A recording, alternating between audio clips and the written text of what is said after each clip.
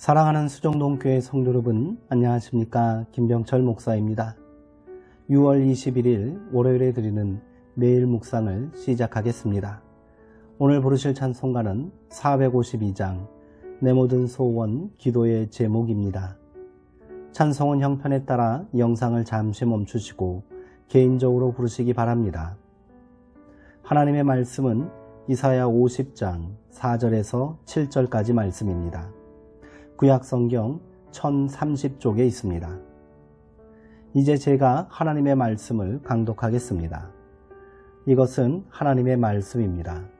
하나님의 말씀에 경청하시기 바랍니다. 주 여호와께서 학자들의 혀를 내게 주사 나로 곤고한 자를 말로 어떻게 도와줄 줄을 알게 하시고 아침마다 깨우치시되 나의 귀를 깨우치사 학자들같이 알아듣게 하시도다. 주 여호와께서 나의 귀를 여셨으므로 내가 거역하지도 아니하며 뒤로 물러가지도 아니하며 나를 때리는 자에게 내 등을 맡기며 나의 수염을 뽑는 자들에게 나의 뺨을 맡기며 모욕과 침뱉음을 당하여도 내 얼굴을 가리지 아니하였느니라.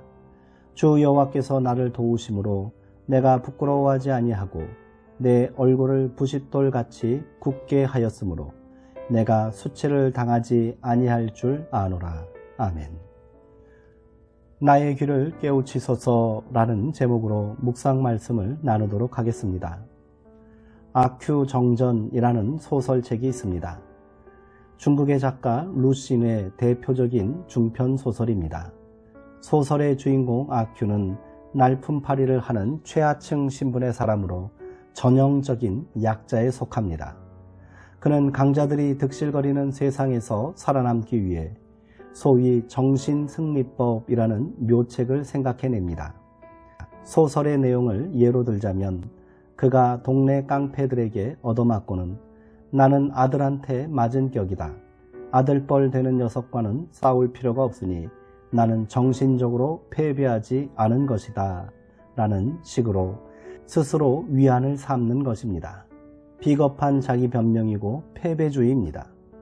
더욱 심각한 것은 자기가 당한 모욕을 상대적으로 약한 자들에게 분풀이 하듯 쏟아낸다는 데 있습니다.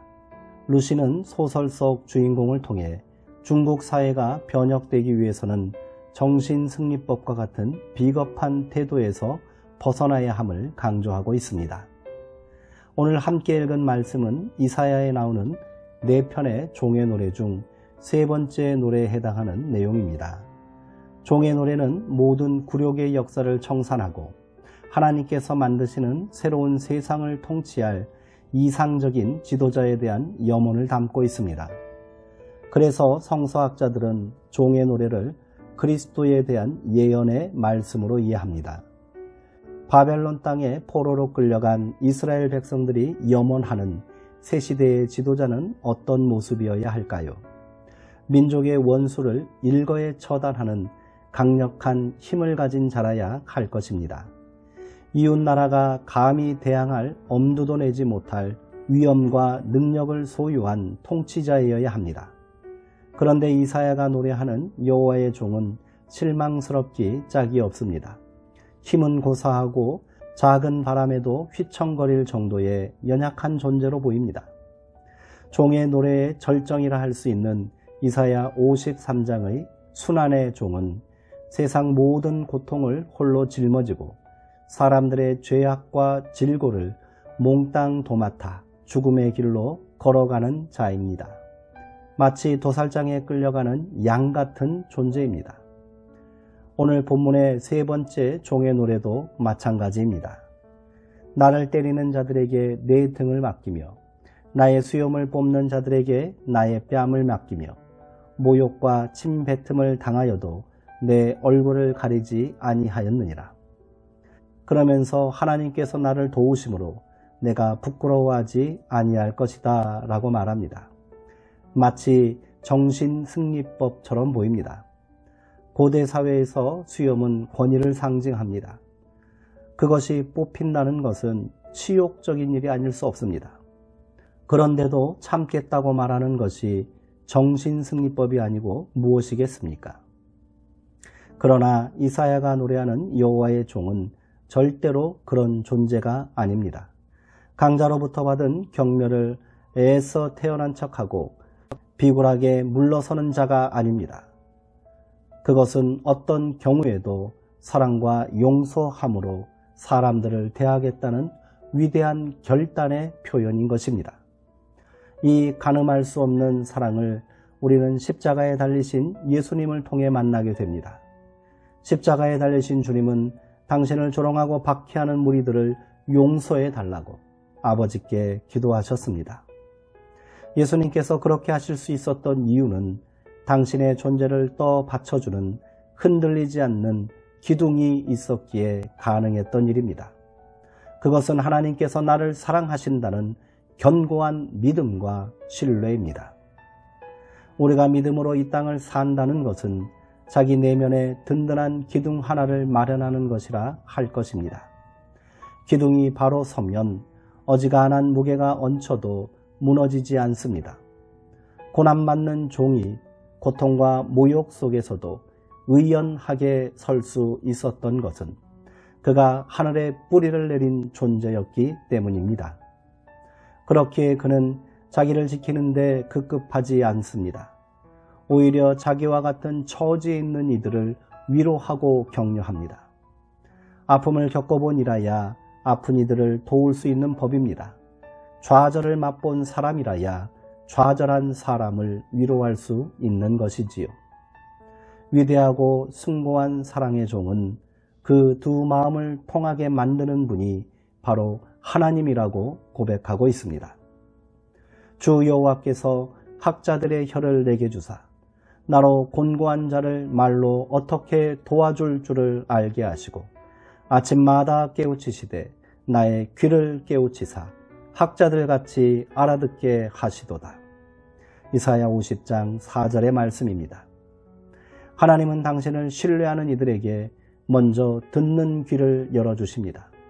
물론 듣는 귀는 들으려는 열망이 있을 때만 열리게 되겠지요.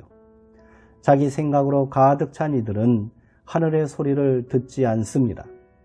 그러나 하늘의 소리를 듣기 위해 고요함 속으로 들어가는 이들은 세미한 가운데 들려오는 하늘의 소리에 민감하게 반응합니다.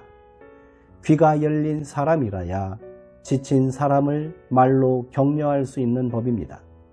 입에 발린 말이 아니라 진심이 담긴 말, 빈말이 아니라 변화를 일으키는 말, 넘어진 이를 일으켜 세우는 말의 뿌리는 하나님의 마음을 알아차리는 것이라 할 수 있습니다. 그런 열린 귀가 있기에 지혜로운 학자들처럼 말하며 지친 사람들, 상심한 영혼들을 위로할 수 있는 것이지요. 그것이 자신이 감당해야 할 하나님의 뜻이요 사명임을 잘 알기에 모욕을 당해도 참을 수 있고 침을 뱉고 뺨을 때리는 자를 위해서도 기도할 수 있는 것입니다. 우리에게도 그런 귀가 열리게 되기를 소망합니다. 기도하겠습니다. 하나님, 날로 흉포해지는 세상에서 사랑 안에 머물기란 여간 어려운 일이 아닙니다. 우리는 낯선 사람들을 일단 경계하는 일에 익숙합니다. 자꾸 움츠려들다 보니 우리는 환대의 능력을 잃어버리고 말았습니다. 그 때문에 늘 외롭습니다.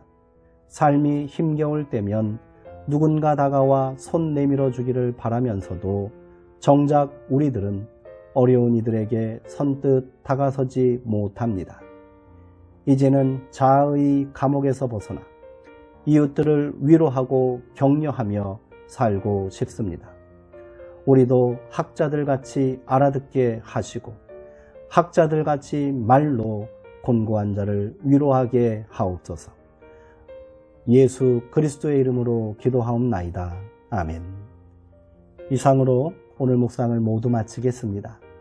사랑하고 사모하는 성도님들, 오늘 하루도 평안하시고요. 주의 은총 가운데 강건하시기 바랍니다.